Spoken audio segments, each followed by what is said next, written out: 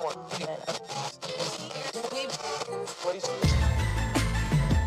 know what it is, Black and Snerdy, Black and Snerdy, Black and Snerdy, Black and Snerdy. You know who it is, Black and Snerdy, Black and Snerdy, Black and Snerdy, Black and Snerdy. Odie, Maury, Sody, Maury, Maury, Sody, Maury, Sody. Black and Snerdy, Black and Snerdy. Black and Snerdy, Black and Snerdy. Hey, oh. Yes, Mo? Are you ready? Let's go! Black and Snerdy, Black and Snerdy, Black and Snerdy, Black and Snerdy. It's the Black and Snerdy podcast with Odie and Maurice. Hello. Hello and welcome. Do you want to know something very funny? What is very funny? We are, I'm looking at our usual board Yes. and realizing that our makeshift board is. Is not here. Yeah. So, yeah, you know it's what? fine. I'll just remember it. Okay. We're gonna do that. Okay, because I'm not. I'm gonna be supportive of Thank you. you. This one time. Thank you. I appreciate it. Yeah, You know, no problem. The one that if this is the one. Don't ask for it next week. This is the one time that you do not chastise me. Oh, okay. I will take it. All right. I don't like how you hit the CH in chastise. Like that was a pointed pronunciation if I've ever heard it in this world. Well, that's how you say the word. Yeah, I'm sure it is. That's how you oversay the word. Like you said it and then you went over it.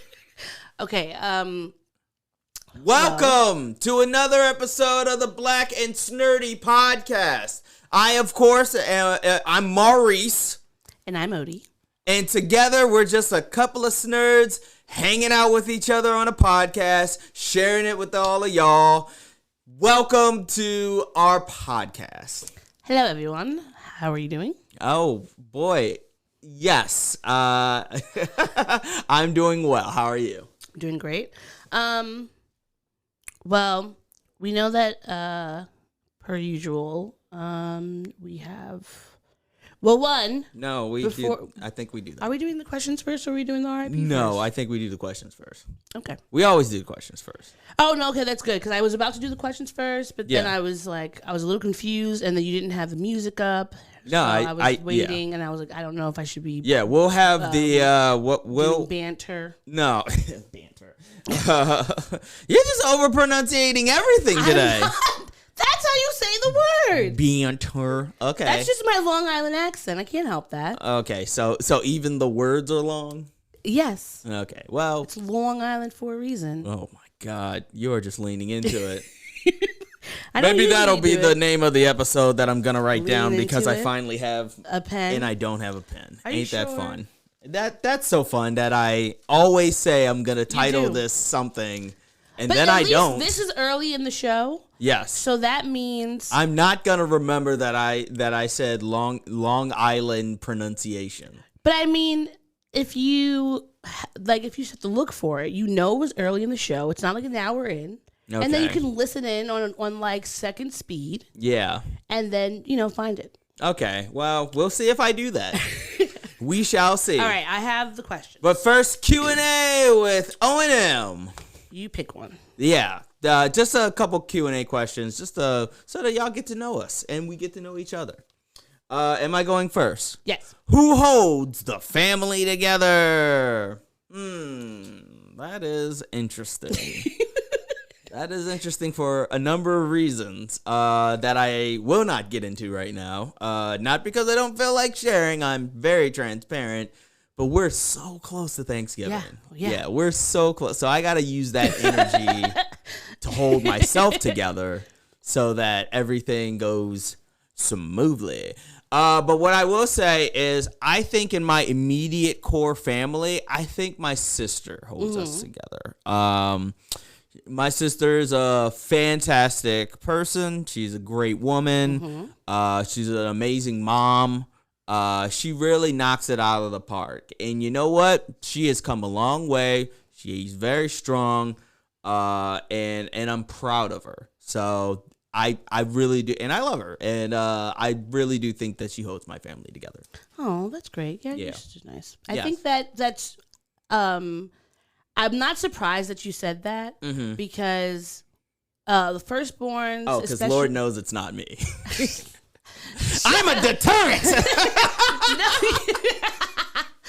No, if anything, I'm just like affable. You know, it's just that the firstborns always take on the responsibility. Yes, they do. Yes, like they do. I would say that if I think in my family, I would also say my sister, like, and not to say like my older sister. Yeah, but it's like it's not that it's not that I don't have any desire to like deal with certain things. Yeah, no, it's just that she's been doing it longer and she nails it now. It's not that. Okay, well, I'm talking about my sister. Well, she's been doing it longer and she knows how to nail it. Okay, I'm sorry. Interruption. That wasn't cool. My bad. I think that it's because I was the baby for so long. Okay. So people always shared things with her. Okay. Like sometimes I would get stuff like secondhand, or like maybe after the situation was over, or like something like that, or like if I was maybe in there to see something or whatever. Mm-hmm. But like because she's been the oldest for so long, people always told her things, and then like she would tell me, and we would have like a discussion about it. Mm-hmm. But I never, if something happens in my family, I don't get the information first. No, it always goes to her because they're gonna be like, "Oh, that's the baby." Even though I am not the baby, I have not been for quite some time, it is still like, oh, like we're just going to go to her first. And now on one hand, I am appreciative that I don't have to hear any like that she's the one that they're going to in some way. Cause like, that's just, it's a lot. And which is why I feel like, people have to understand that your elder siblings we do things and have to navigate situations for you so that you don't have to. But if you're the eldest sibling, majority of the time, you're navigating emotional labor that the younger siblings don't have to navigate. And also, because you're the first one, all of the way that if you're the second, third, fourth, etc. child, and you feel like the relationship between you and your parents, like as you were a kid or a teen, or even now, is better than the older ones for whatever reason, or like that you feel like you were treated maybe better, had certain freedoms, you just have to realize that's only because there was someone to come before you for your parents to work out the kinks. No matter how good or bad your family is, like, the older ones are the test dummies. And it's not a terrible thing. It's like, I think parents are all trying their best. It's literally just like the first one is trial and error. Yes. And then by the second one, like, my sister would tell me how to, like, what to say to be able to get the freedom to do the thing that I wanted to do. Yes. Because she already knew, like, okay, when I did it this way, it didn't work. So now that it's your turn, so you don't have to have any disagreements, or like you don't have to get in trouble for things. Because I was someone who, like, I'm a sharer. I never had a filter. So if I did something, I just would say it. Or like or if I wanted to ask for something, I would overshare information versus giving just like the bare details. And eventually my sister's like, stop doing that. You're talking too much. And that's what's getting you not able to do the XYZ thing. And it's like all these things, like all of the things that I was able to do that she wasn't able to do, it's only because she was there to like help me out. She is the progenitor, the forerunner, if you will. And so I think, shout out to eldest sisters and big sisters everywhere and big brothers everywhere, because older siblings, y'all do a lot. You deserve all of the praise, and you do not deserve to have to be like, it's the parentification. Okay, yeah. Of the elder siblings that gives them like the mantle of holding the family together. Yes. And the ones that actually do their job, because some of them just kind of fuck off and are like, whatever, I don't know. Of course. Now, at the risk of going into an even deeper depth of this, I'm going to answer my question. I was going to ask, my God. That was sorry, what were you just one question. It was. Come on, ask your question. Oh, no, I was just going to say that technically you know how that feels, because even though you're a younger sister, you're also an older sister too, so you're also giving a shout out to yourself. Oh, well, yes, I am. You didn't realize that? No. Aren't you humble? No, because when I was talking about this, I was thinking about my older sister and all the like. Got you. No, I got you. But I mean, yeah, I think that in my and there are some ways. Yeah, in some ways that like I try to model the example of my, like, I feel like I have the best big sister. I have the best big sister. So I just try to model the things that she did with my younger siblings, so that like I want their life to be even, like, she wanted me to have a better time than she did. I want them to have a better time than I did. Yeah, of course. You're the controlled subject. Yes. There you go. Yes. There All you right. Okay. My turn. Yes, your question. What's your best unrealized idea? I think I know what you're gonna say, but there's I don't know. I would like to. I have kind of like a stem of an idea for a comic book series. Mm-hmm. I don't want to get into like the details, it's proprietary but like it is proprietary information. But like one of the big hurdles is like I'm a storyteller. I'm not an illustrator, so I have to get an illustrator. And on my journey to find an illustrator, I've come across a few illustrators, and they're friends and they are good illustrators, but not for the type of design that I'm looking for. Like, do you know what type of design you're looking for? I don't know the name of it, but like I'd know it if it's close to manga. It basically, imagine the Boondocks, the comic strip, like that style, but made in a manga style form. Any illustrators out there that can do what he's describing, please write in to send a sample of me doing this. Yes. But like in manga form. I put my thumb up and I winked for the listeners. Okay. We're gonna realize your dream. What about you? What's your unrealized dream? Is it peace? Is it goodwill towards men? Something very macro? No, it is not. No more GMOs. I mean, those things, okay, now those things, yes, are also true. Yes. Because obviously that is, that. I would say it's a book series. A book series? There's writing one.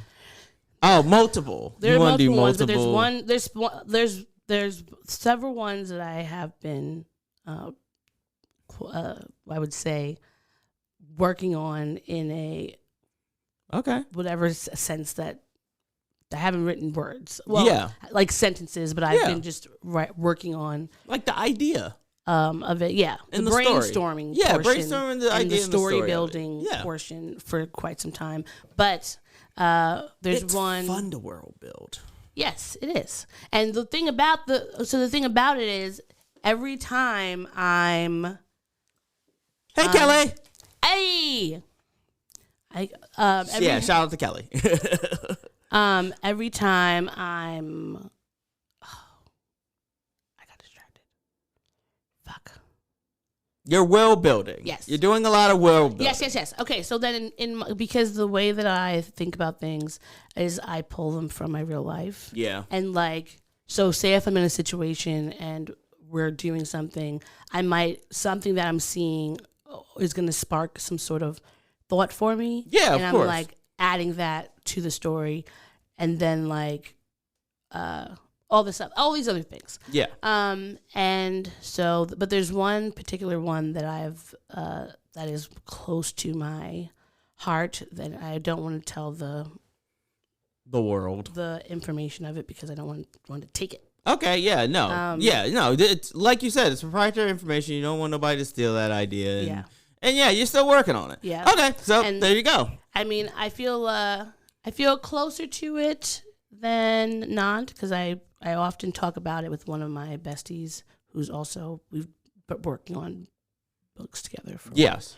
So I feel like I'm closer to it. I just feel like I need the time and the space and the money to of course get it all Yeah. out. So any publishers out there looking for ideas and pictures and stuff and willing to pay them big bucks.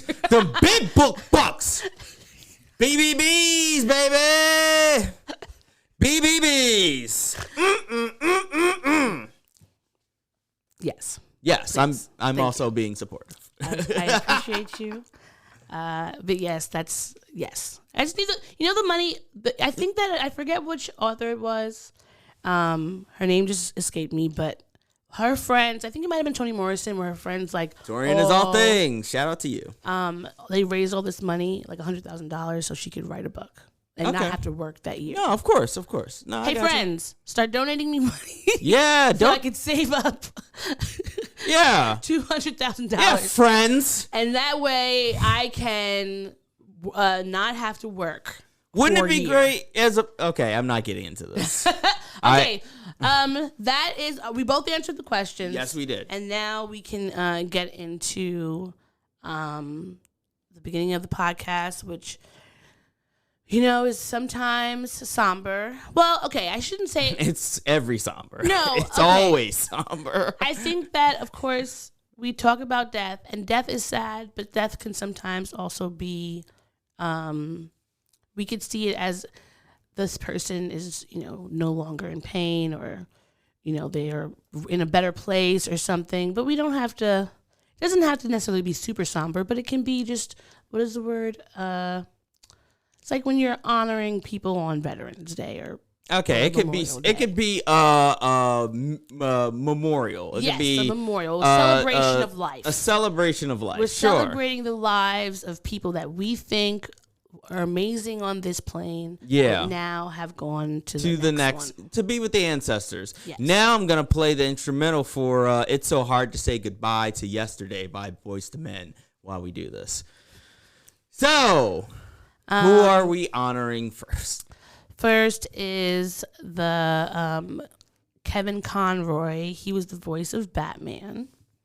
Unfortunately, he passed away this weekend. Yes. And I didn't know that he was like one of the first gay popular voice actors. Yeah. So that's like, another gay icon gone within the last few months, which is always an sad. icon. Period. Point blank. For sure. Yeah, but I know he's also a gay icon. Yeah. But he for many people has the definitive acting when it comes to Batman in media. Because he's in all of the DCU animated universe as Batman. Mm-hmm. That was like a good decade plus of playing Batman. And now anytime they do a portrayal of Batman, they're basically chasing after him. Mm-hmm. You know what I mean? Because when you think of Batman, it differs from each generation. Yeah. The generation before us, it was Adam West doing the goofy bat dance and everything like that. And then for our generation, we had the definitive one on our television screens every Saturday after Sonic the Hedgehog, that makes sense why in The Dark Knight, why Christian Bale had that weird gruff voice that he was doing, because he was trying to sound like him. Yes. But he just not good. Yeah. It was a different take. I won't say it wasn't good. I'd say it just was different. No, his take was good. It's just the voice was weird. Voice was distracting. Yeah, distracting. Thank you. But Kevin Conroy, this is about you, and you will always be remembered. I'm going to start watching Batman the Animated Series tonight. And I loved Batman the Animated Series. I might end up having weird dreams because it is kind of dark and noir-esque. Yeah. But that's just, hey, you chalk it up to the game to remember those who have come before us. And Kevin, R.I.P., rest in power. Also, surprisingly today, a UFC fighter named Anthony Rumble Jackson. He passed away today. They haven't released details yet, but he was only 38 years old, so that's very sad. Yeah. And so we are sending all our love to all of his family and friends, because I know it's always difficult when you lose someone unexpectedly, when you lose them at all, but especially when it's a surprise. So, sending honor to you, and everyone, again, love on your people. Love on your people. Love on your people while they are here. You know, that's just what it is. That's what we recommend here at the Black and Snerdy podcast. Now, shall we move over to something a little bit different? Yes, we can hop over to the pop section. Pop section. Pop. I'm not putting on a voice, by the way. I'm lightening the mood. I'm purposefully lightening the mood. I'm not. Didn't we say we were not going to say this was we're negative? We are just. Yeah, it's a positive. We're celebrating. Oh, we're being supportive. That's what that we is. are. Yes, we're being supportive. Yes, we are being supportive. So we don't have to lighten the mood. Okay. We're just changing. We're changing the mood. There we go. We're changing the mood. Now, speaking of changing the mood, boy, oh boy, where do you want to start? Well, okay, there's one really big thing. Yes. But we're going to hold on. We'll hold off on that. I wonder if you can guess what that big thing was. It's a mystery. You look good, by the way. Thank you. You look good, too. Yeah. I was like, oh, fine boy, no pimple. You're going to have to, after this podcast, break that down for me because, like, I hear it and I have a question. I have one simple question. I will explain it to you now. It's just... Good skin? Is that just what it is? No, it's they're like, well, one, yes, your skin's handsome good, and good skin. but it's just like, oh, look at this boy, like, this man, he's attractive, he's looking good, like you see his face, it's clear, like you're like those are. It's just like, nope, it's just a little. No, I thing, appreciate you know? that. I appreciate that. I'm still gonna ask that question later. But no, yes, I mean you look good in kente. It looks good on you. Yeah. And I always love. I've told you what my plan was in 2020 when I was going to go to Nigeria, right? Yes. I was going to go there, I was going to stay there for like 3 months, and I was going to come back with a 1920s inspired,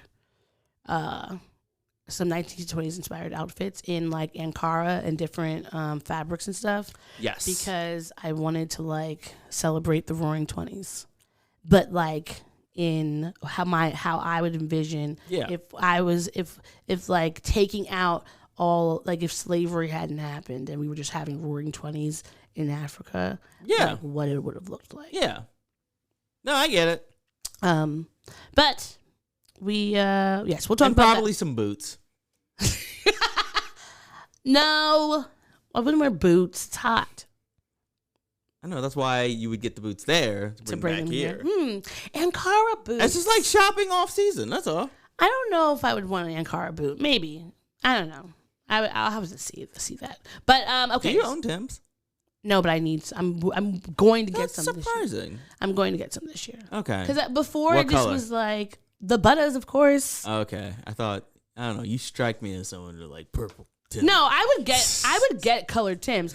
I remember like in middle school. Can we be honest about that? That's like the New York fashion that I always was just like, y'all are so confident in everything that you wear that you think that you're going to be like the flyest in the world by having a freaking cyan colored Tim. And I was just like, okay, but it's getting over because now people in Baltimore have like baby blue burgundy Tims. Powder blue Tims. You would be. What was it, 7th grade? And I remember like you liked Cameron, didn't you? Of course I did. But I remember how like I went to private school, so we wore a uniform. Yeah. And I remember like the first dress down day that we had, I pulled out the powder blue Tims. Easy Julian, what's up? And Welcome. I came to school, and all the black kids were like, "Oh my God, what? That's great!" Because I used to wear like Skechers. My mom was not paying like $150 for Jordans. Oh no, not like every week, getting, especially once your feet were constantly growing. She's like, I'm not. They're made in the same. Skechers are made in the same place as the Nikes. They're the same shoe. I'm not spending $100 on sneakers for you. That's ridiculous. Can I tell you, the day that I discovered that light up shoes were no longer cool to my peers was the day that my innocence died. Yeah, Like, because I still fucking like light up shoes. I've been wanting to Remember get those light up shoes that came out, the like Jordans or something? I was like, I would pay for something like that. Not to mention, I would not just the light up shoes. I want some Heelys, damn it! Wait, do you remember? I want fucking Heelys. Do you remember the Gak sneakers? Yes, I remember the Gak sneakers. So they were only slightly more expensive than the light up sneakers because then the Gak would like dry up and just look weird and watery and crap. My mom bought me 2 pairs of Gak sneakers in the 2nd grade, and one day, one pair went missing, and someone at Trinity. One of y'all in Mrs. Johnson's class stole my Gak sneakers, and I couldn't find the other pair. And still to this day, I am pissed off because those were my favorite freaking sneakers. It was a pink pair and a blue pair, and I was like, "It's Gak in your fucking sneaker." Hey, can we just talk about how insidious it is to steal one sneaker and not both sneakers? Because like. You can't even get that sneaker replaced because like no one's just gonna like you go to the exactly just go to the store and say, hey, does anybody have one sneaker, one size 9? You know what I mean? Like they're not gonna let you do that. So then you have to replace the sneaker or don't replace the sneaker. But either way, in your house, every now and then, you're going to come across that one sneaker, and it's going to piss you the fuck off because you're going to remember that someone has the other sneaker. What happened to the other one? It's weird. Yeah. Okay, so... Okay, what did we just talk about? We did the... We didn't talk about anything. We haven't even picked... We were talking about... What... Oh, my goodness. This board be I can't. I thought I could read it, and I'm just because I can't see anything over here. Just put it like keep it near the Kool-Aid. Like, yeah, there we go. This is ridiculous. I can barely see as it is, and I'm trying to squinch over. Terrible. Anyhow, so all right. So 1. Do you want the thing that we just got finished laughing, so let's switch over to something a little serious. Okay, 1. The Democrats have held the Senate. Yeah, Can I tell you how stressed out I have been? I know you have been. Remember when you wouldn't let me look at my phone? Yes. I confiscated her phone and I confiscated her Apple Watch because she was driving everybody up the wall with constant notifications and then having the notifications aren't the problem. It's okay that you got notifications. The problem was your reaction to every single notification and sometimes to a lack of notifications. And it was just... You were driving yourself crazy. So I did the thing that I thought was the best thing to do, which was to remove that. And I hid it. And I hid it because I knew that you would try to steal it from me if it was, I don't know, in my back pocket, which it was for like 3 hours. And then I changed the location. That was but I kept lying to you and telling you where it was, even though it wasn't there. I was like, hey, it's behind the pillow. and I kept acting like it was behind the pillow. Like, yeah. Meanwhile, it was in my pocket the entire time. I'm disgusted. Still to this day. But either way, I'm not disgusted by the fact that the Democrats are holding. We were waiting out on one more city or state to be done. Do like a runoff type thing. Yeah. So this whole election season has been very stressful. It has been. I don't care for it, and I just want to know, like, everyone is constant. Whenever I read articles about like democracy is dead, it's been dying. Not to say that I ever really feel like we ever had a true democracy because America, but it just feels like. Our parents, even though their generation was dealing with shit, we're just dealing with more shit. And it just feels like there's something is always happening. And I can't tell if what's going on now is any different than what was happening during like our parents' generation, or if it's just that now we get more information about it. So it's like, do I panic and be like, what the fuck, it's about to be an apocalypse, or do I just still live my life the way that I would live my life? Because everything that comes out in the news, everything that we learn about what, our government is doing, it just feels like more and more wretched as time goes on. And I don't know how to feel about that. Odie, literally, welcome to the Black experience. But that's just being Black, baby. But I think there's to me, like, okay, I know this is gonna sound ridiculous, right? No, I am not judging. I feel like there was a difference of when Black people you just feel unsafe because you're Black, right? Mm-hmm. But now it's not just Black people who are getting mistreated. It's fucking everybody. I know, it's everybody. Like, I literally just saw a video of a white man, an older white man who was walking, and he had one of the assisted the poles that you use to see, or when you're walking to assist with your walking. Yeah. And it's like they fold out, but you could fold them back in. Yeah. So he was a sight impaired gentleman. Yes. Yeah, there we go. And so this police officer asked him, like, was kind of harassing him about him having the stick, and was like, is that a weapon? And it's like, first of all, I don't know what they're teaching people in the academy, but it did not look like a weapon. It was daylight. It wasn't like it was dark and you just see a bulge in silver. Yeah. It's bright as day. You could see as he walks by, or even if you walk next to him, that it was a cane. Yeah. Or that it was like some sort of stick. Because I've never seen any sort of weapon that looks like that. Like, we're not in the year 2095 where we have like lightsabers and wands or whatever bullshit. This is not a devil's advocate situation, but I will say there are retractable batons do exist, but not that long. Well, not she that thought long. it was a firearm. She didn't think it was just a weapon. Well, she thought it was a firearm. Never mind. Sorry, I didn't say that. You didn't say they do have retractable batons. Yeah. But she thought it was a firearm. So then he's getting into an argument with her about, like, he's like, no, I'm not giving you my ID, and just saying, like, behaving the way any person does in a democracy when they've just having a conversation like, you're being an idiot. I'm not doing that. I'm about to go on my way.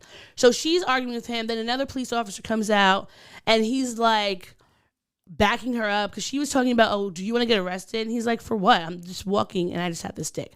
The other guy comes up and he was like, well, she could have thought that was a firearm. And he was like, well, you guys are ridiculous. It doesn't look like one. Next thing you know, the old man is getting arrested.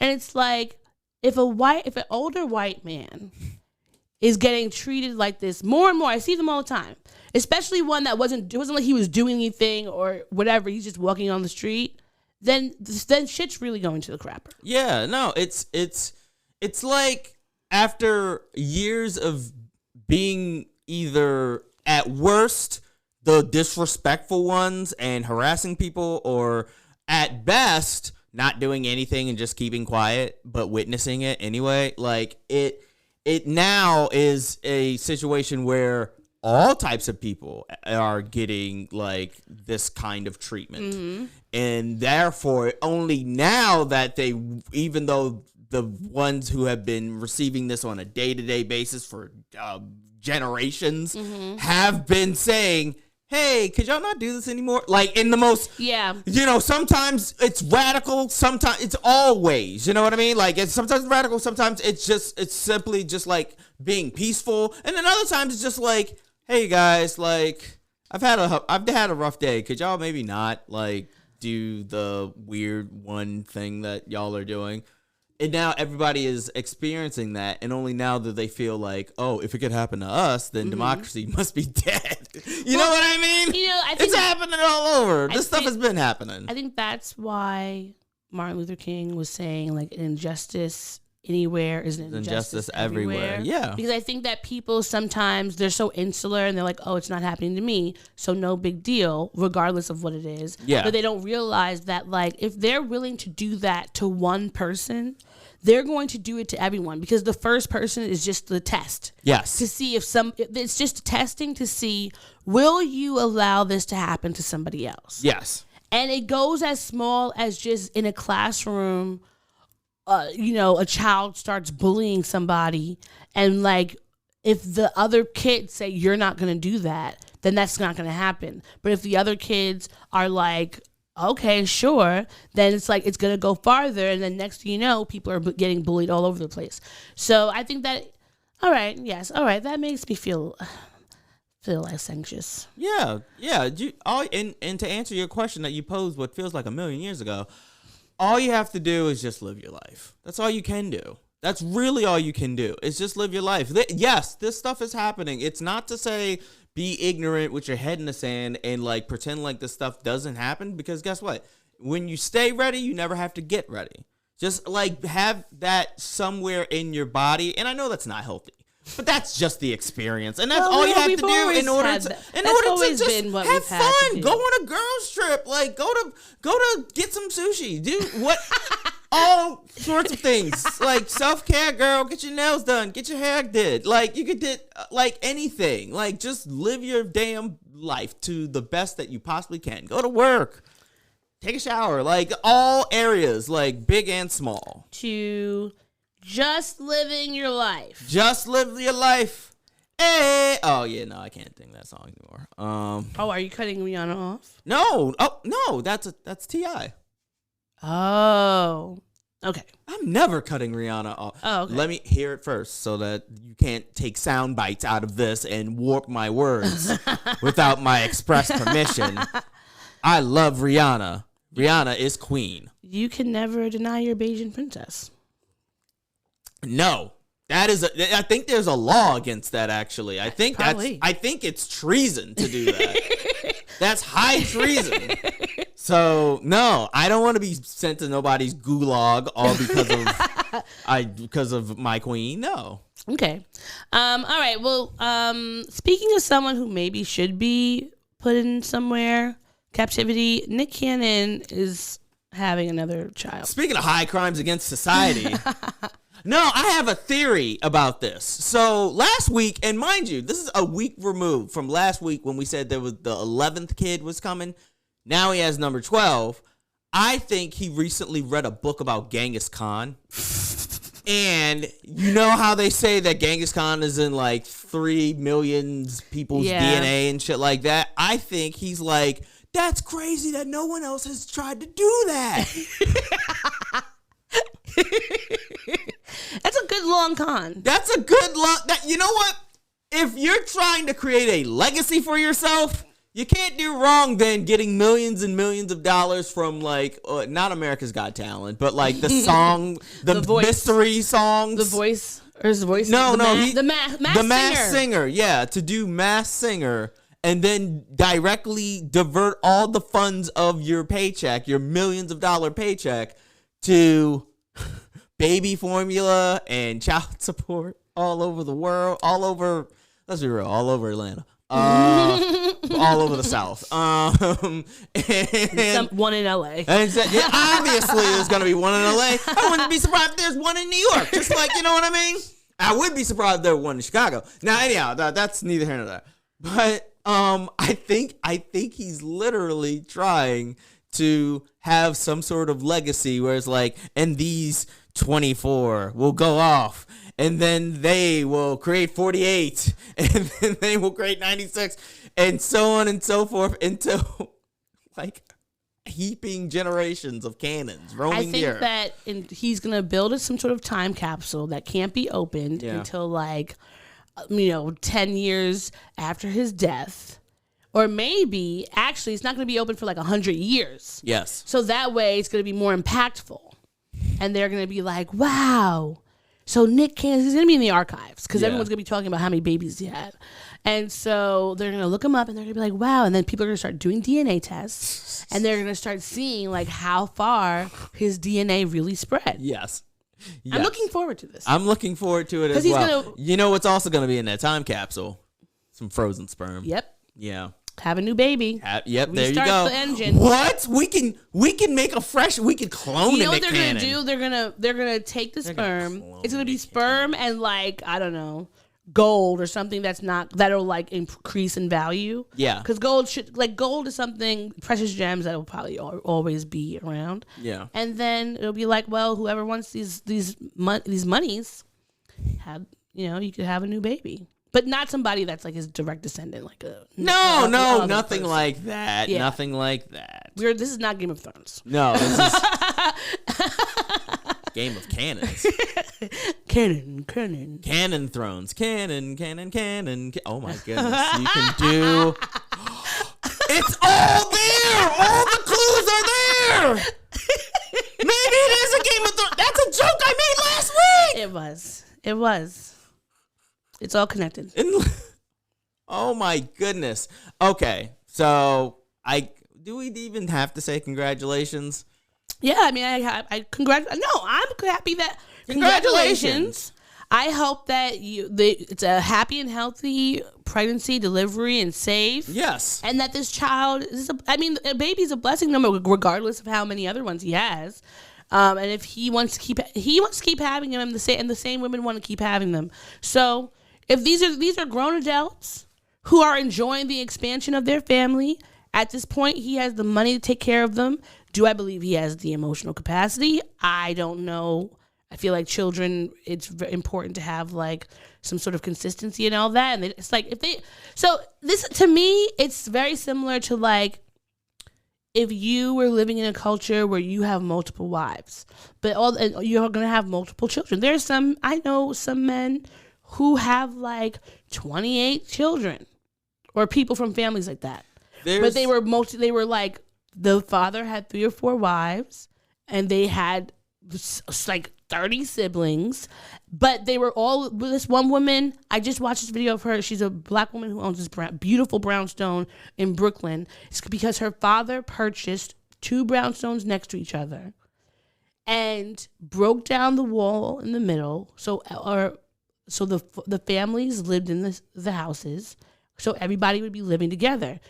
She had so many brothers and sisters, but that's a way that this to me is like a way to make it work, because you're still in the same space with all your family versus you having these children so spread out across the country. Yeah. Like, how are you able to forge not only the bond between you and them, but also the sibling bond that they're missing out on because their siblings live so far away, or whatever relationship they're having with the moms? It's kind of like... I have a solution. Put them in the same condo complex. Is it a Cannon compound? No, not a... I don't want to say compound. That's what he's going to do. He's going to. I don't want to say compound, because compound, that is for cults, and this might be one. But no, I mean, we have a compound technically in Nigeria. It's just the space. That's what they call it. Well, okay. With a bunch of houses. Okay. Yeah. Well, I just meant like actually, you know what? Like a complex. Like it all goes up to the to the sky, and it's in the shape of a cannon. So what about townhouses? You want a cannon shaped? But then he has to drive to them. Like in my mind, he's only going in one building and then going up some stairs and then down some stairs, knocking on doors, opening looking like keys. freaking Pac-Man. Yeah. Yes. The Cannon Pac-Man. Like Cannon Man. Wagga wagga wagga wagga. Okay, well that's enough for the shenanigans. Yes. Can we get ready to talk about the thing that has brought us here to talk about? That has led us down this very road. We have some time. Yes, let us discuss Wakanda Forever, Black Panther. Is it Black Panther? Is it Wakanda Forever, Black Panther, or Black Panther, Wakanda Forever? That's a really good question, and no one's going to be able to answer this right now. I don't know. I thought it was Wakanda Forever, Black Panther, but it could be Black Panther, Wakanda Forever. I've been calling it Black Panther, Wakanda Forever. So I honestly, I don't know. I might be wrong. I don't mind if I'm wrong. No, it's not that I wanted to know. I just, because I've been calling it that, I was like, damn, when you said it differently than me, was worried that I might be saying. I'm about to find out right now. Listeners, do you think I'm right or do you think Odie's right? There are no wrong answers, but there is a and it's wrong the answer. lowest stakes. Yeah, you're right. It's Black Panther Wakanda Forever. I don't know why I've been saying it the way that I've been saying it. I've just been seeing Wakanda Forever and hearing Wakanda Forever, so that's why, I've been saying Wakanda Forever. Well, it makes sense because some movies do give the new title first. Yeah. And they put Wakanda Forever on the billboards when it first came out before it said Black Panther. Got you. Okay. Yeah. So, can you, out of 1 to 10, how do you rate this film? My dad asked me this question too. I'm giving it a 9.5. Mm-hmm. And that's because I gave Black Panther, the first Black Panther, a perfect 10. Mm-hmm. It's a perfect movie. I will say the only slight, and it's not the movie's fault, it's because the Marvel in-house team does the same thing every movie when it comes to CGI. The rhinos, that was the only sticking point to me, was like how slightly unrealistic those rhinos looked. Like, slightly. You mean the elephants? No, the rhinos. What? Because remember in the first movie they had rhinos? Yeah. But what The about... battle rhinos. I don't remember seeing the battle rhinos. You don't remember the battle rhinos? In the first in movie, the yes. first movie? I remember those in the first movie. Yeah, that's what I'm talking about. Oh, okay. I thought you were talking about this movie. That's why you gave it. Okay, okay. No. All right, because I was like, where are the battle rhinos in this one? Oh my goodness. Okay. All right. Right. So, no, what I was saying was Black Panther is a perfect movie. Yeah. This is so close to being perfect, but I'm obviously the great and late Chadwick Boseman is not in this movie. Yeah. But he's in the movie. He's in the movie, but he's not in the movie, if Yeah. you know what I mean. Like his spirit is there. Yeah. And I think of it as a celebration of the life while also dealing with the tragedy of the passing. And I feel like that you could really feel that throughout the movie. That was definitely something that I feel like whether it was on purpose or just because of the grief coming out through the writers and everyone on the cast, it just came out so naturally. I not once did I feel like anybody was just like acting, It felt like I know what they're feeling because we know that they dealt with it through what they've talked about in interviews, etc. So I feel like it was just a very authentic movie. I'm giving it a 9.5 as well. And that's just because, like what you said, the Black Panther was a perfect movie. And I think that anything that comes after, because that was the first. Yeah, it's always gonna have like a legacy onto itself. Exactly. And it's not a bad thing, No. It means that like there are a finite amount of movies where the second one is as good as the first one. Mm-hmm. And it's even more finite with second ones being better than the first one. Yeah. And I think the only one that I can think of off the top of my head is Terminator 2 being better than Terminator 1. So there we go. That's one example. Oh, Empire in the original Star Wars. But that's neither here nor there. This one was a near perfect movie. Yes. This was the elements in there. I love the soundtrack. The soundtrack is really good. I feel like every time the songs came on, I was just like, they were perfect. There was a perfect score. Yes, perfect score. I would not be surprised if they won a Grammy for the score. Yeah. Because it was beautiful, like the whole soundtrack, everything about it. It just created so much to every scene. It put so much on every scene. The worst thing about it is that Chadwick wasn't there. Yeah. And that's just because I'm so sad that like he was taken from us. But I think that the way that they described his absence was really beautiful.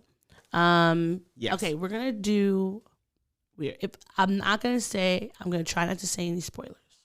Right. If I think that something's gonna be a spoiler, if I have to say it, I will give you a spoiler alert. Okay. but we're gonna try not to have any spoilers. Yes, of course. I think that from the beginning of the movie, I think it was that part. I thought I was going to be like weeping during this because I just already felt so emotional. Yeah. But I felt like the celebration of life that they had for him was so beautiful.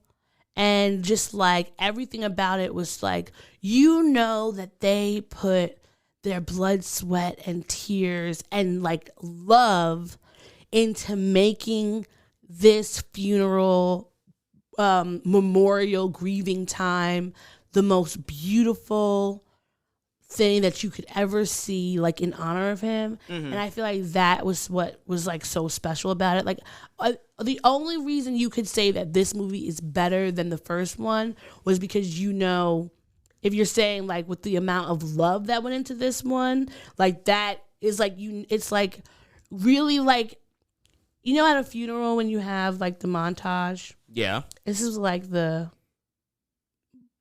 movie montage that you would play at a funeral. Yes. It was like a in memoriam. Yes. The most perfect in memoriam. Yes. And okay, well, you tell me can you give me 3 favorite moments? Okay. So without getting into it, I think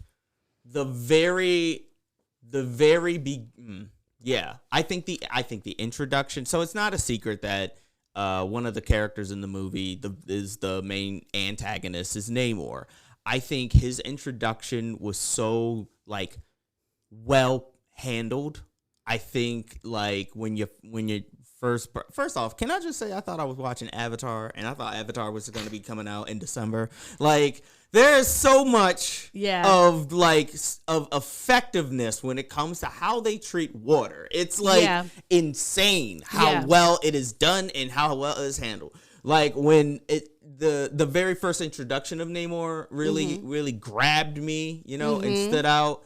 And I was just like, he is just walking sex appeal. Like he is just oozing just charisma out of the ass. Like it's just he's just walking in the scene. He's just like, I walk in, and that's it. I'm just here. You Here know what I am. mean? Like I also enjoyed a lot of the banter between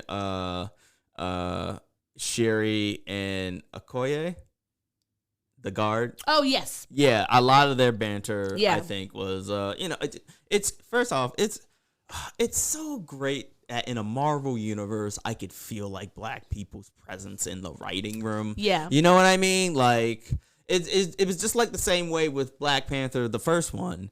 Like you could just tell that like a black person pitched this joke in the room or this line, or like even the way that they speak. This was like clearly like black people know how we talk in the rhythm of it. Like there's beats and rhythms and stuff. I sound like I'm doing a one-man play right now. Like the rhythm of the street. Listen to your hearts. Listen to the beat. Anyhow, but no, like I think their interaction was great. And then I'm not gonna cry, but the ending wraps everything up in such a beautiful way that I have no problem with admitting that like I teared up at the end. I'm tearing up now. I think it was just beautifully done, and it hits me, and it's gonna hurt all over again once it's on Disney Plus in like 5 months. They're gonna stagger this one out. They're gonna stretch this. A box office was over 30. It's better than Thor: Love and Thunder. And as a side note, I'm not trying to get distracted. Like the reviews made Thor: Love and Thunder a lot worse. Made it seem like a lot worse than it actually was. I liked it. I liked it too. It was a good movie. There were a lot of issues with the goats. I was just like, okay. The goats they were obnoxious. After it was like I could have handled a few of them, but I'm like, you think that calling them back is funny each time? It's not. it's just like obnoxious. I mean, at a certain point, it was so obnoxious that it was funny. Yeah. Because I was like, if we see these fucking But then goats, it went past that. So, like, it was funny, and then it wasn't, and then it really wasn't. And then it was funny again, but then it wasn't. Like, it was just like, oh my God, they're still on my screen. like, get these goats the fuck out of here. Like, ridiculous. Oh, but I'm sorry. We're talking about Black Panther. Yes, but what were, did my you have any favorites- standout moments or favorite moments? Did you number want me to- one, Okay. when we learn about Namor. Yes, when we learn about Not Namor. when we learn about him and like who he is and where he comes His from backstory. and what his backstory. Because yeah. I thought that was beautiful. I want to say, these are in no particular order because I can't really make that decision. Yeah. The ending, and also the ending with one character the ending with one character because of what we are learning, and the ending with another character because of what it represented. Yes. I think I understand what you're saying. now, if there is one takeaway from the movie that you feel like you really like a message the movie had that you feel like is important. Grief is powerful and should not be ignored. It should be handled with care and for self-care.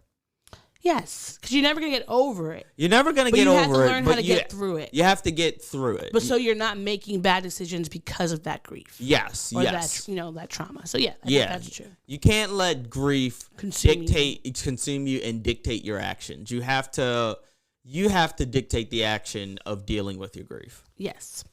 One of my favorite ones, because this is one I could say that's not gonna have spoilers. Yeah. I think that one is that solidarity is very important. Yes. Like, I think that especially now, people of the global majority, we are in great need of solidarity. Yes. And I think that if people really understood the histories of us all, and that's like everyone, like us all learning about each other and what we've been through and what's going on, that we would have the solidarity because we would recognize, one, that we were interacting together far before anyone ever colonized or stole us from our lands, and that there are so many things that have happened to one of us that has happened to the others by the hands of the same people, and that we are all going through the same struggle, and that when we unite, we're always going to be stronger together, which is why throughout history there has been a constant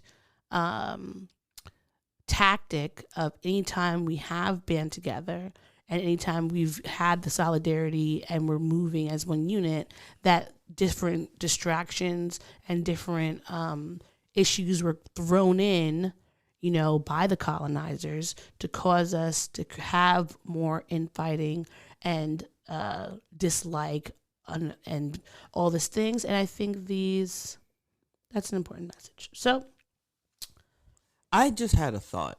What? Martin Freeman, who was in the first Black Panther, he's in this one too. Do you know Martin Freeman? Yeah. You know he's originally from the UK. Yeah. And he has a British accent and everything, right? He's in Sherlock. Yes. Do you think that he purposefully he read the script and was like, well, can I be an American? Like, I can do an American accent. Like, can I just be an American if you're going to call me a colonizer this many times?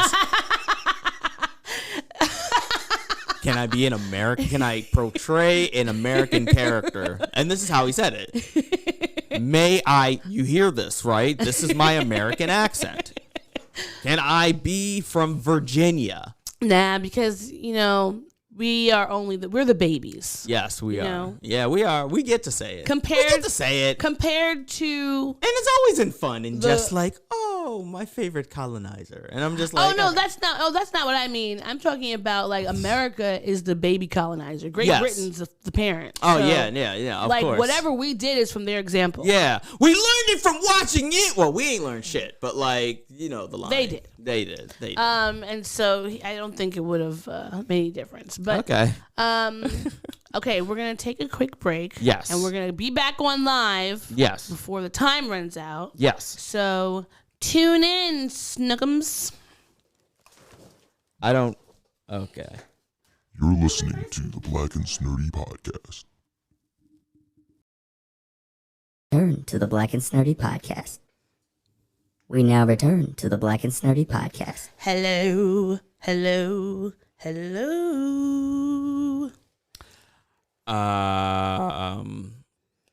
If you take your love away from me, I'll go crazy.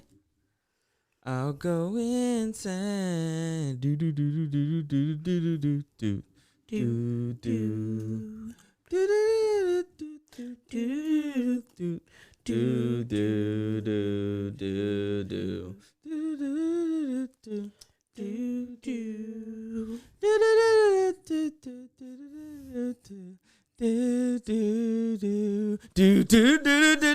do. You got your problems, baby, and I got mine.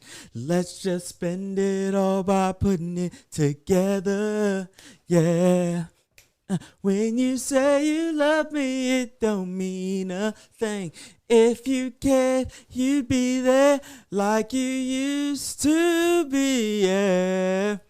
I'm searching for the words to make you realize that I really, really want you to stay. Oh, fears of frustration I hold inside, but if you walk away, you'll make this grown man cry. Don't leave, baby now, baby now, baby. Don't leave me, girl. Please stay with me tonight. Don't leave me, girl. Please stay with me too. I'm not doing the next verse. I'm not. Like, this was all within reason. And I think that is first off, Don't Leave Me Girl, classic song by Blackstreet. It is. Beautiful song. Yes, it's a beautiful song that I'm no longer going to be singing anymore. It just, you know what it is? It feels a little too clingy. Why? Some of the lyrics just seemed a little too clingy. You'll make this grown man cry. I know you're a grown man. You don't have to tell me that you're a grown ass man and you're gonna cry. Like, listen, I'm sorry. I love you. Like tears of frustration I hold it's inside. tears of sadness. Oh, he did say frustration. Yes. Yeah. Well, it's when sometimes He's not even sad. He's frustrated. Like, that's not even like a empathetic emotion. He's frustrated because he wants to be together and it hasn't happened. Okay, well then maybe calm your britches. Like, calm down. Like, maybe give it some time. How long has this been? How long is this relationship? If this is a year, then maybe. But like, if this is like a few weeks, like, relax. Like, just she'll respond to your text. Relax. It's okay. Give her some space. Are you ready to jump into our mental health question? Yes. Should I play the music for this? Because this is our section. Oh, right. Yes. Our mental health section, where we, check in with each other's mental health, how we're doing for the past week, because we are advocates, not experts. And we encourage everybody to, take care of themselves. Self-care is important. So, with that being said, what's the question? Would you trade 10% of your sanity to become 10% smarter? I feel like I've already done that. Like I know so much right now and I'm always constantly learning through like osmosis or like podcasts or whatever. But then I also remember the fact that I know the theme song to Mummy's Alive, and I'm just like, why do I still need to know that information? Like, what is knowing the instrumental theme song of Rocco's Modern Life going to contribute to my world? You know what I mean? Like, it's not helping me with my taxes. It's not helping me set up a 401k. It's not helping me figure out what a mortgage is or learn how to drive. It's literally just a useless thing that rattles around inside my brain, and it makes me feel like I'm 10% insane. Like, you know? I'm just like, but would I do more? Like, would I do another 10% be smarter? Yeah, if it could help me, figure out what cryptocurrency is. I feel like how to invest in cryptos. On one hand, there are things that I would like to be smarter in. Like if I could do quantum physics, yes, I feel like that would be so fucking cool. Like if I could do certain sciencey things, I would love that. And so on one hand, I would like to have the 10% smarter, but then I started thinking about how so many people who are geniuses in certain aspect are really miserable in other aspects of their life.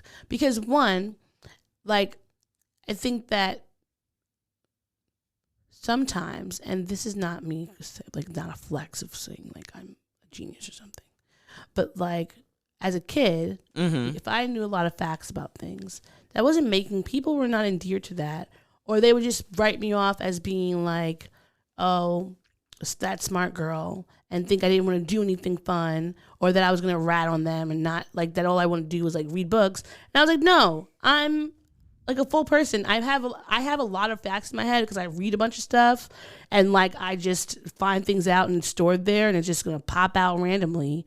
But that doesn't mean that I want to not enjoy other people, or sometimes if I've been at certain places and the people there's a topic that I know that somebody else doesn't know, and then I'm talking about it, and then that's just oh, people don't like talking about education or boring unless stuff. they're at a dinner party. But there are some people we talk about educational things quite often. Yeah, we do.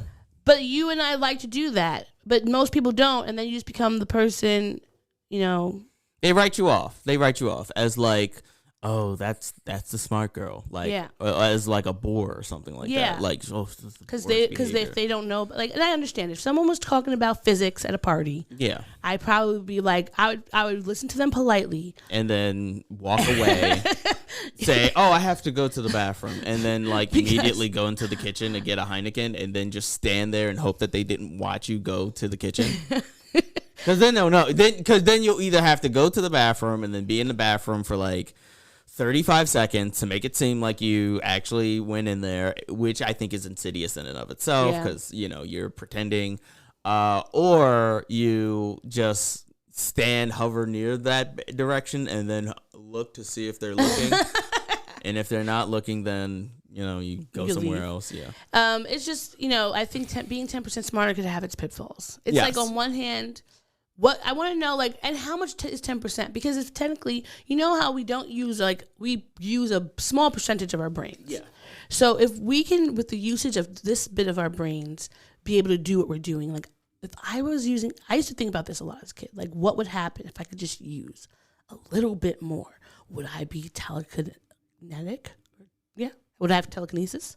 Would I be able to, I don't know, create equations in my brain just randomly, or read really quickly, or just have photographic memory? I don't know. But that all sounds amazing. But then I might feel like I'm so different from everybody else, I would be feeling like an outsider. Yeah.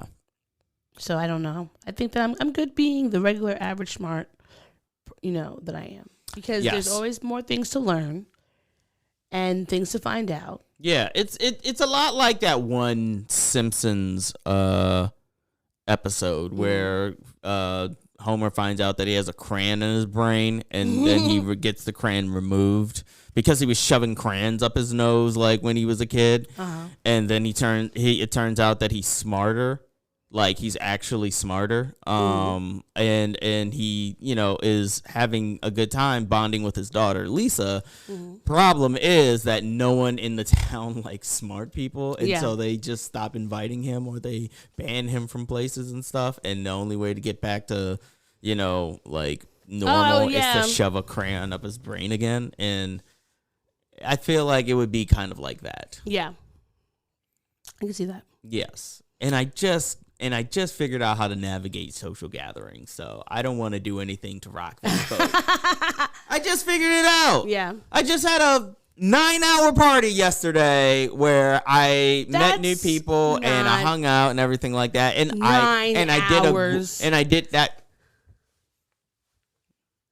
That's an exaggeration.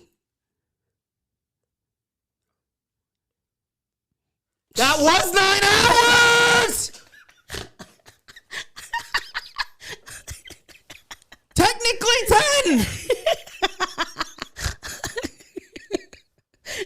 I just did the math in my head. No wonder I am as tired as the Dickens. Gonna sit here and tell me. Here's the worst part. I thought I was exaggerating too. And then I did the math, and it was like, no, I was just spot on. Well, ridiculous. It was fun. It was a fun time. But yes, so, but we answered the question. Yes, we did. And now we're going to ask each other how we've both been doing this last week. I'm doing much better. So I am back on my medication. Woo, woo. Shout out to, I will hold off on my shout out because it is in a different section technically. But long story short, I got my medication. Not only that, but my medications were picked up from the pharmacy. So now I can merge them into the same bottle and then throw out the other bottle, right? I'm back on it. I'm feeling really, I know it takes a few days for it to kick back in, after a long period of not, being off of it. But I feel good. I feel like really balanced. And I think it's also like this time I'm just grateful that I didn't get hit with a wave of my blue period during that time or even mania. Because it would have made things harder. But luckily I'm good, I'm grateful for that. I'm very grateful that I've been able to navigate the last few weeks without my medication. Yeah. And I owe that to the years of therapy that I've been in, my various therapists. I'm not going to list them all off, but hey, y'all know who y'all are, all three of y'all. 4? Enough, yeah. And I'm feeling really good right now. How about you? How are you feeling? I'm feeling great. There were some things I was very nervous about that have come out, and it was great news. So that's make me feel really great. I feel like I have a big bolster of energy because of that. Otherwise, this was a pretty good week. I think, like, in general, there's still things that I'm working on, of course, like in therapy and otherwise.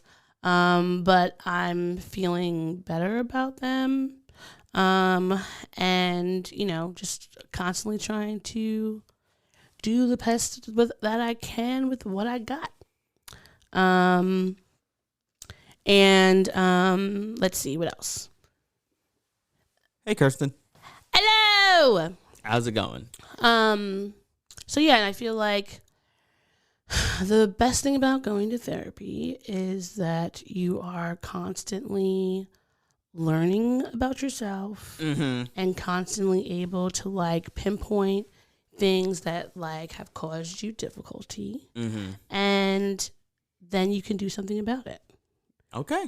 And like be better and grow, because I feel like if you're not growing every day or being better in some way, it's like, what's the point? Because that's the only job you have as an adult. Yes. To like make yourself better. Yes. Because you're supposed to be learning and growing all the time. Yes, agreed. And so, okay. Now we're going to jump into the era section where we talk about things that may have made us, rubbed us the wrong way. It's gripes right here. Bringing it. What? We gripe it. We're not griping anywhere else. We gripe it. This safe space for us to share. We gripe it. We ain't griping anywhere else. We gripe it. All right, so this is gripe right here. This is the second. And you know what? I started first last time. You can go. You know what? I'll go. Okay. So this is less of a gripe and more of just a slight frustration. And I'm going to say this now, early days within the podcast. If you want to send fan mail, or if you want to send mail and somehow you have my address, please write my full name. Because if you think it will be cute to write, I don't know, let's say a nickname that you know me by. Like if you know me as Mo, or if you know me as Mo Reese, or Reese, or Mo Licks. Which, as a side note, it's so, in the grand scheme of things, I thought it was so cool when they started calling me Mo Licks in college. Mm-hmm. Now I am in my 30s. Yeah. And that has stuck. Yeah. You should know how to do that. I mean, but they call me Otis, so I can't really. Yeah. So I have no control over that anymore, and it's gonna be one of those things where someday in the distant future, a funeral is going to occur, and someone is going to go to the reception and start telling a story of the time when Mo Licks ... You know what I mean? And they'll be like, Mo Licks? Like, cheers, shots up to Mo Licks. And then they're going to have to explain why they called me Mo Licks. Your grandchildren are going to be like, Mo Licks? Who's that? Who's Mo Licks? Well, Maurice Licorish. Mo Licks. That's going to be, let's say. With an X. With an X. Not the other way. I didn't know there were so many different spellings you could have. No, I had to I said, look, if y'all gonna be calling me Mo Licks, y'all not gonna spell it the other way. It's gonna be Molix. Cause that's cool. What you're not gonna do is fucking call me the other Mo Licks. Jamil tried to do that shit, and he tried to be like, Mo Licks. And I'm just like, no! That's going to get me in trouble someday. I don't know if that would get you in trouble. I think that would... I am not a munch!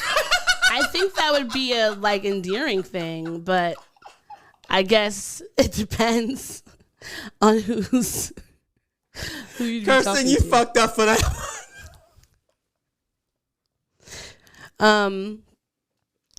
That's funny though. That's funny. That got me. That really threw me off. Okay. Yes. What? Okay. Is that all you're grinding about? Yeah, I think we got to figure out the infrastructure of Alamo Draft House. Like, some of the seating is ridiculous. Some of it doesn't make any sense, and no one can tell me that Alamo Draft... Like, some of the seats are fine, but then you get into, this weird section where it's guarded off. Like, it's some sort of fucking RSVP restriction and stuff, and you gotta, climb over it like this is some Indiana Jones type shit, and I'm just like... I don't want to exercise while I'm going to the movie. Yeah, I don't want to have to touch my... I'm going to be drunk later on. I'm going to have to play a game where they're going to tell me to touch my toes. So, I'm not doing that. Well, I want them... Because it's, not even accessible. It's not like they're using it for something that's important, and it's just a little mild inconvenience. It's just you're freaking jumping around. But, all right, is that it? Is that all? Yeah, that is everything. Let's Oh, my bad. Sorry. And I'm going to say this last thing with like real, I'm going to say it in a strict way. Don't just interrupt people when they're doing something. You know what I mean? Like when they're busy. Have some tact and have some respect. 2 people interrupted me recently, and it made me think to myself, like, can you not do that right now? Like, can you not see that I'm busy? I'm focused. Like, what do you want? Like, cause then that's my response. My response is, what do you want from me? And now you make me feel like the bad guy, and I'm not an asshole. So like, don't make me an asshole. Don't interrupt. Just don't interrupt. Just wait. Just wait until it's clear through body language that I'm not busy. Okay. And that's all I have to say about that. Funny enough, that was my grinding. Yeah. As well. And that, just listen to instructions. Context clues, baby. The first time. Listen when people speak. Mm-hmm. Listen to instructions so that they don't have to repeat themselves later. And learn how to play games. Yeah, learn how to play games, because it shouldn't be that difficult. It shouldn't. It should never be that difficult to play a game with somebody. I also have. This is actually this might be on us, but I'm gonna blame it on them anyway. The makers of the game Trophies. Be a little bit more clear with your directions when it comes to group play. Because now I'm in a position where this fun game that I've been playing and having fun with, it is very fun. I'm now being questioned whether or not I've been playing it the right way. And it turns out I have been playing it the right way. We could have played that way. You need to make in the instructions that you could play this way for more than 2 players. Yes. So because that was quite confusing. It was very confusing. But we still had fun. Do you have any more grindings? I know I had a lot. I think the things that I said were the ones that were top of mind. Okay. Okay, so I think talk about fun. We're going to get to our favorite part of the podcast when we tell you what made us happy this week. I'm the baby merchant. Tots are us. I give you all the service and no damn fuss. Give the baby merchant just a week or 2. I'll have your baby for you. All right, so what made you happy this week? This time you're going to start because I started 2 times in a row. You already know you already know. Yes, we know what it is. What made me happy this week? Welcoming my baby to the world, Ketandu Ezenwa Kelechi and Geofor, born 7 pounds, 19 inches on 11/11. It's just the whole world has just opened up. He's the cutest little baby. My sister sent him pictures of him. Did I show you the picture of him? Yes, smiling? you did. You showed me all the pictures. Stop asking me if you. I've seen them all. I have literally, and it's nothing wrong with that. Like, I want to make that clear that I'm loudly expressing something. I'm not yelling. I'm just disseminating information. I can't help it. He's so cute. Very cute baby. I will say, very, very cute baby. Perfect and cute. He's just so chill and relaxed. Yeah, there was a little bit of a smile in one of the last photos that I saw. He's just chilling. He's just existing. Like, yes, let the man exist. He's just hanging out. I love him so much. I can't wait to see him. And I'm just going to snuggle him and smell his new baby smell. Yes, new baby smell. New baby smell. Baby smells. Tots are us. You almost made me spit on my cologne and no damn fuss. But yeah, okay, that of course was the main thing that made me happy. Like I said, it's my little baby brother's birth. Well, he's not a baby. He's 22. but my little brother's birthday. Oni, shout out to you. Love you, baby brother. It's his birthday, so that made me happy. And of course, Black Panther made me happy. Wakanda Forever, and also Wakanda Forever. I would go down there with Namor. I'm sorry. I'm gonna live right down there with him. I'm gonna stick beside him. It's really, they shouldn't have made a villain that was that beautiful. That's true. And can I say, is he really a villain? You know what? And that's what I love about the Black Panther pantheon of movies.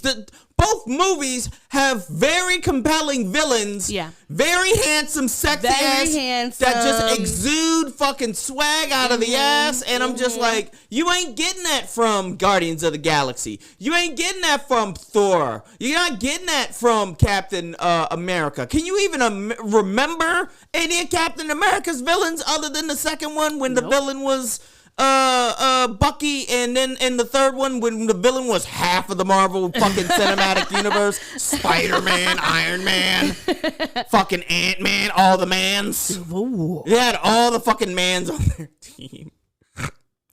That's why they joined up. But yeah, I love Namor. But the number one thing that made me happy this week, besides my baby, and the thing that makes me happy every week is doing this podcast with you. Oh yeah, definitely doing the podcast. Oh, is my turn? Yeah. Okay. I didn't know you were setting me up like that. Sorry. It's okay. Yeah. So doing the podcast with you, yes. Oh, game night. And game night. A successful game night is what I was about to say out of my mouth. But you know what? We could share things that made us happy. Yes. Hosted a successful game night. Shout out to you, Kirsten, again. Shout out to Tamara and Albert. Yeah, it was good hanging with y'all for so many hours. And we had a lot of fun. We played a few games. We drank. There was singing. Merriment happening. Not as much singing as somebody wanted there to be. Karaoke is fun. And there were also cotton candy grapes. Listeners, please write in. Listeners, I gotta tell you. Have you had a cotton candy grape? Did you know that cotton candy grapes exist? And two, if you've had a cotton candy grape, what did it taste like? How did you like it? Just tell us. Just be honest about these cotton candy grapes, because I have thoughts and opinions now. But hey, that's just me. Just wondering, curious. I just want to know what you thought about it. Yeah. So and getting my travel bag that I left in DC back with the help of one of my best friends, Gladys. Shout out to you, Gladys. Again, like, just making sure it got back to me. That's all that matters. All that matters is that I got it. She took time out of her day. You took time out of your busy schedule to go get it, and then you went to the post office to mail it. I appreciate that. Thank you very much. Delivered. Yeah. So that being said, that's basically everything. Thank you for joining us. We will be back next week, same time, maybe different day. Like, we'll see. But until then, take it easy. Bye. Bye. Thanks for listening to the show. If you'd like to contact the podcast, you can reach us via email at blackandsnerdypodcast@gmail.com. You can also find us on Instagram and TikTok at Black and Snerdy Podcast, as well as on Twitter at Black and Snerdy. You can find me, Maurice, on all social media under the handle Licorish is Legit. That's LICORISH is legit. And you can find me on Instagram. It's thatsod, THATSOD.E. And on Twitter, THATSOD_E. And don't forget to like, rate, and subscribe to us. Tune in next time to the Black and Snerdy Podcast, where nerds of a feather flock together. Remember? Bye. Boy. Not yet. No, this is keeping it. We're keeping this in. Don't forget to take your meds and your subs and drink water. Bye. Bye. I actually want to keep that.